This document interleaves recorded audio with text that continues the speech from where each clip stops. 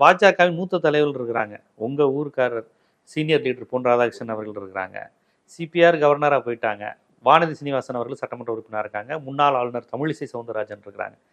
இவர்கள்லாம் யாருமே இந்த விஷயம் குறித்து பெரிய லெவல்ல இதுக்கு ஆதரவோ எதிர்ப்போ தெரிவிக்காம ஒரு சைலண்டா இருக்கிற மாதிரி நான் ஃபீல். யாருக்கு விருப்பம் இல்லை? விருப்பம் இல்லை.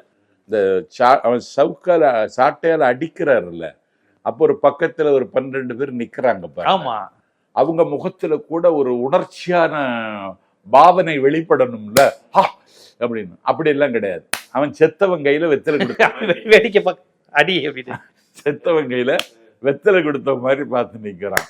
அவன் என்ன நினைக்கிறான்னா, இந்த சனியனை நம்ம தலையில கட்டி வச்சுட்டாங்களே, வெளியில தலை காட்ட முடியாதே அப்படின்னு வெம்பி வெதும்பி அப்படி நிக்கிறான்.